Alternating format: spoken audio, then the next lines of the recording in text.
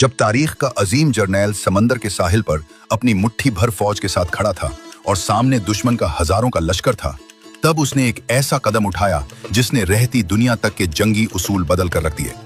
वाकई की शुरुआत कुछ यूं होती है जब तारिक बिन जियाद को मूसा बिन नसीर ने स्पेन फतह करने के लिए भेजा था। तारिक बिन जियाद का शुमार ताबईन के शागिर्दों के दौर में होता है। वो ताबईन के जमाने के एक अजीम मुसलमान जर्नैल थे। जब वो स्पेन के साहिल पर उतरे तो उन्हें मालूम हुआ कि सामने जो दुश्मन है उसका लश्कर टिड्डी दिल की तरह है, यानी लश्कर इतना बड़ा है कि उसके सिपाहियों को गिनना नामुमकिन है। ये दुश्मन रॉड्रिक था। रॉड्रिक स्पेन की तारीख का आखिरी ईसाई बादशाह था। उसने बगावत करके स्पेन के तख्त पर कब्जा किया था।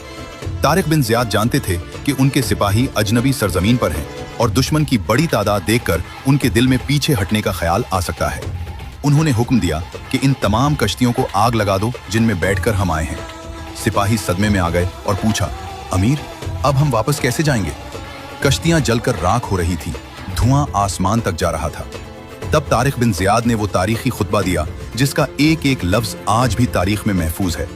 उन्होंने कहा, ए बहादुर जवानों, अब तुम्हारे पीछे समंदर है और सामने तुम्हारा दुश्मन। अब पीछे हटने या भागने का कोई रास्ता बाकी नहीं रहा।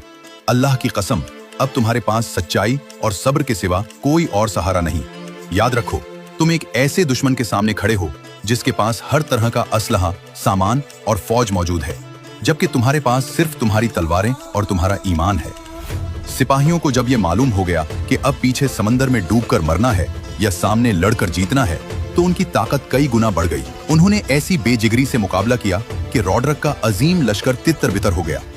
रॉड्रिक खुद भागते हुए दरिया में डूबकर हलाक हो गया और स्पेन में मुसलमानों की ऐसी हुक्मरानी शुरू हुई जिसने यूरोप को अंधेरों से निकालकर इल्म और रोशनी से रोशनास किया।